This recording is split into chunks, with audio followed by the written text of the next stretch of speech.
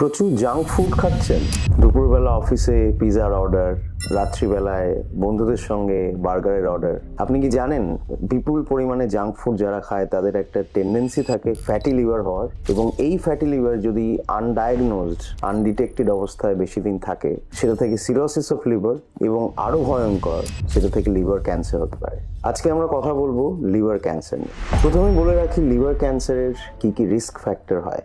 দেখা গেছে most common liver ক্যান্সারের কারণ হেপাটাইটিস ইনফেকশন। হেপাটাইটিস ইনফেকশন মানে অনেকেরই ছোটবেলায় ছোটখাটো কারণে জন্ডিস হয়ে থাকে বা হেপাটাইটিস হয়ে থাকে। সবসময় যে সেগুলো লিভার ক্যান্সারের কারণ তা নয়। কিছু স্পেসিফিক হেপাটাইটিস যেমন হেপাটাইটিস বি, হেপাটাইটিস সি, এই দুটো ভাইরাস দিয়ে যদি কারোর ইনফেকশন হয়ে থাকে সেক্ষেত্রে, এবং সেই ইনফেকশনটা যদি আনট্রিটেড অবস্থায় অনেক দিন ধরে ক্রনিক্যালি থাকে, সেক্ষেত্রে কিন্তু লিভার সিরোসিস হওয়ার একটা সম্ভাবনা থাকে। সেকেন্ড কারণ হচ্ছে অ্যালকোহল। যাদের প্রচুর পরিমাণ অ্যালকোহল ইনটেক তাদের একটা লিভার সিরোসিসের চান্স থাকে এবং সেটা থেকে পরবর্তীকালে লিভার ক্যান্সার হতে পারে। এবং থার্ড বা ফোর্থ যেই কারণটা নিয়ে আমরা মেইনলি কনসার্ন, যেটা নিয়ে আমরা ভিডিওটা শুরু করলাম, সেটা হচ্ছে non alcoholic fatty liver disease, যেটাকে বলে NAFLD। এবার আমাদের এখনকার যেরকম ফুড প্যাটার্ন বা এখনকার যেরকম লাইফস্টাইল, তাতে দেখা গেছে যে অনেকের ক্ষেত্রেই ফ্যাটি লিভার হচ্ছে কিন্তু সেটার কোনো আন্ডারলাইং কারণ নেই।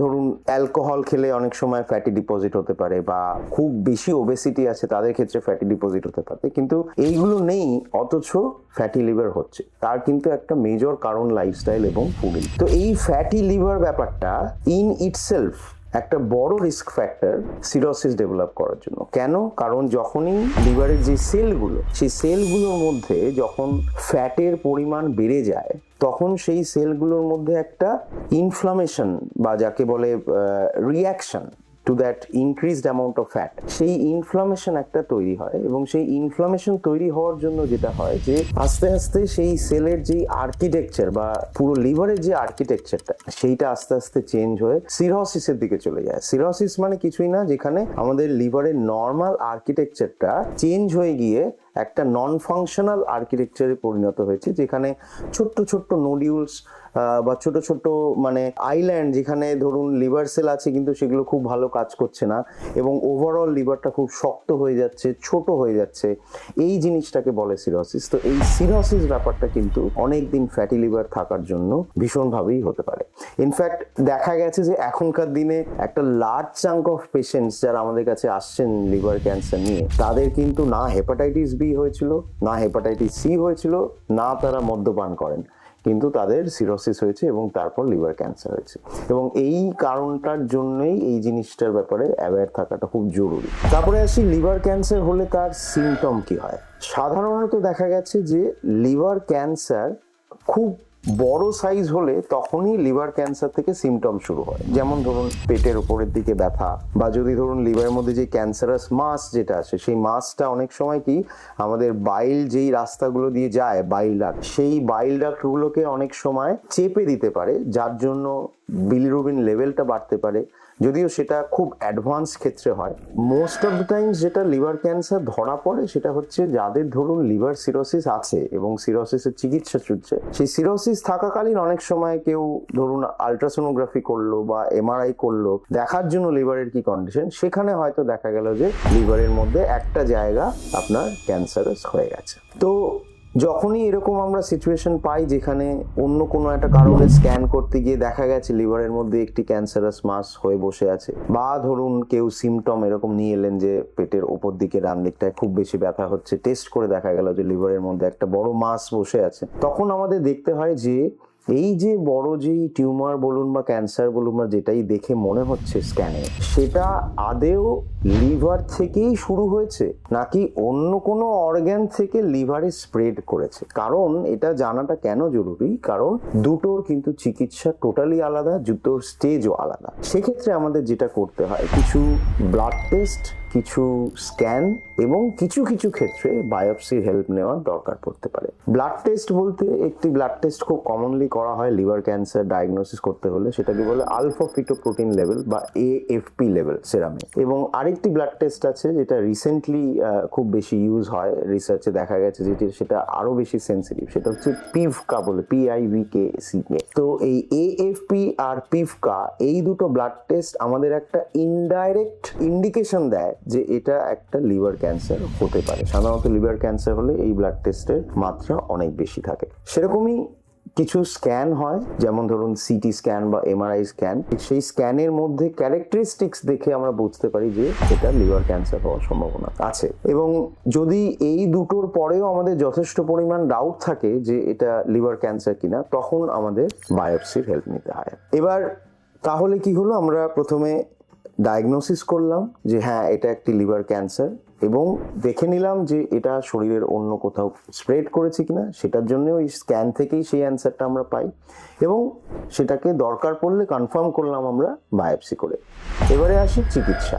যখন লিভার ক্যান্সার খুব আর্লি স্টেজে ধরা পড়ে, ধরুন অন্য কোনো একটা কারণে আলট্রাসোনোগ্রাফি করতে গিয়ে ধরা পড়েছে যে লিভারের মধ্যে একটি মাস বসে আছে, এবং সেটা পরবর্তীকালে বায়োপসি করে দেখা গেল যে সেটা ক্যান্সারাস। সেই ক্ষেত্রে যদি বাকি লিভারের ফাংশন খুব ভালো থাকে এবং পেশেন্টের কন্ডিশনও খুব ভালো থাকে, সেক্ষেত্রে আমরা কিছু কিছু ক্রাইটেরিয়া ইউজ করি।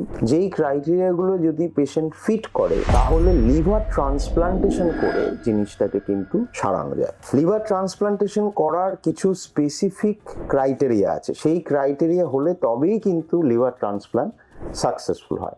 এটা হচ্ছে আর্লি স্টেজের ক্ষেত্রে বলছি। অনেক সময় কি হয় যে এতটাই ছোট যে লিভার ট্রান্সপ্লান্ট করার দরকার পড়ছে না, শুধু ওই জায়গাটাকে সার্জারি করে বার করে আনলে অনেক সময় জিনিসটা কিওর হয়ে যায়। এবারে আসছি, ধরুন আনফর্চুনেটলি আমরা দেখছি যে লিভার ক্যান্সারটা অনেকটা বড়, এবং আমাদের লিভারের দুটো লোব থাকে, রাইট লোব এবং লেফট লোব, দুটো লোবেই অনেকটা ভাবে ছড়িয়েছে বা লিভার থেকে জিনিসটা তার আশেপাশে ছড়িয়েছে।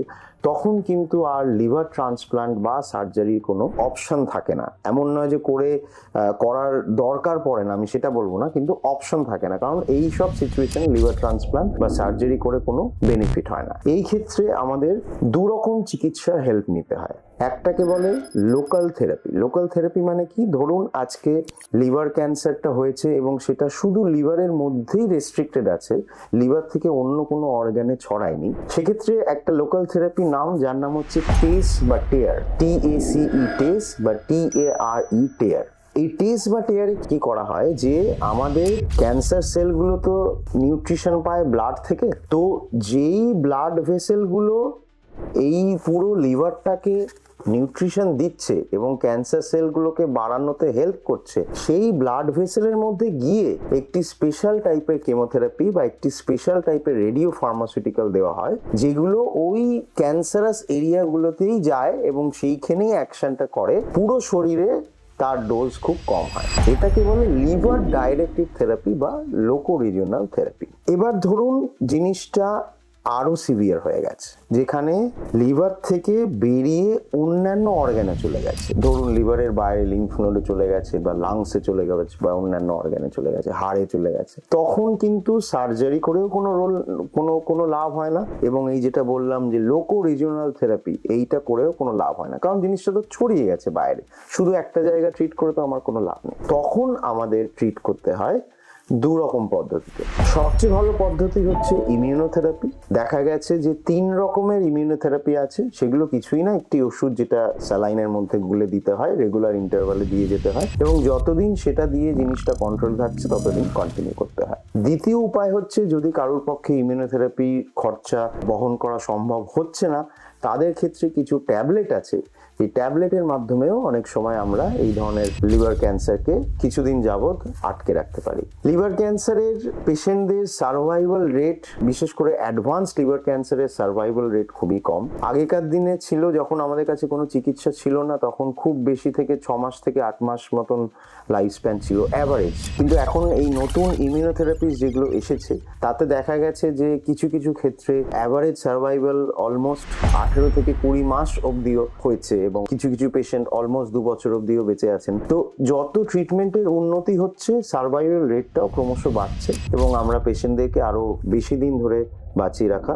পসিবল হচ্ছে আমাদের পক্ষে। তো লিভার ক্যান্সার নিয়ে আমার যেটা মেসেজ আপনাদের সবাইকে সেটা হচ্ছে যে লিভার ক্যান্সার হওয়া অবধি ওয়েট করবেন না, কারণ জিনিসটা খুব ভয়ঙ্কর এবং যখন ধরা পড়ে তখন অনেক ক্ষেত্রেই অনেকটা অ্যাডভান্স স্টেজে ধরা পড়ে এবং সেক্ষেত্রে অবভিয়াসলি বুঝতেই পাচ্ছেন যে কিওর রেটটাও অনেকটা কমে যায়। কাজেই খুব আর্লি স্টেজে যদি ধরতে পারি আমরা সেটা আমাদের কাছে বেনিফিশিয়াল। কাজেই যাদের ধরুন সিরোসিস অফ লিভার অলরেডি আছে তাদের রেগুলার বেসিসে কিছু ব্লাড টেস্ট এবং আল্ট্রাসাউন্ড সেটা আপনার ডাক্তারের পরামর্শ নিয়ে রেগুলারলি করতে থাকুন, যাতে ছোট ফর্মেও যদি হয় আমরা সেটাকে ধরতে পারি এবং সেটাকে ট্রিট করতে পারি সাকসেসফুলি। এবং যেই রিস্ক ফ্যাক্টরে সিরোসিস হয়, যেমন ধরুন hepatitis B, hepatitis C, alcohol এবং ফ্যাটি লিভার, এই রিস্ক ফ্যাক্টরগুলোর প্রত্যেকটাই কিন্তু আমাদের হাতে।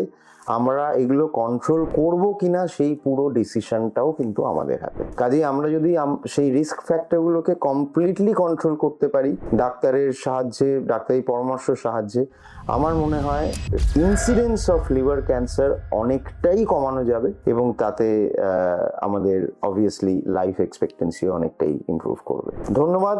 আমি doctor Joydeep Ghosh, senior consultant medical oncologist, Apollo cancer centre, Kolkata.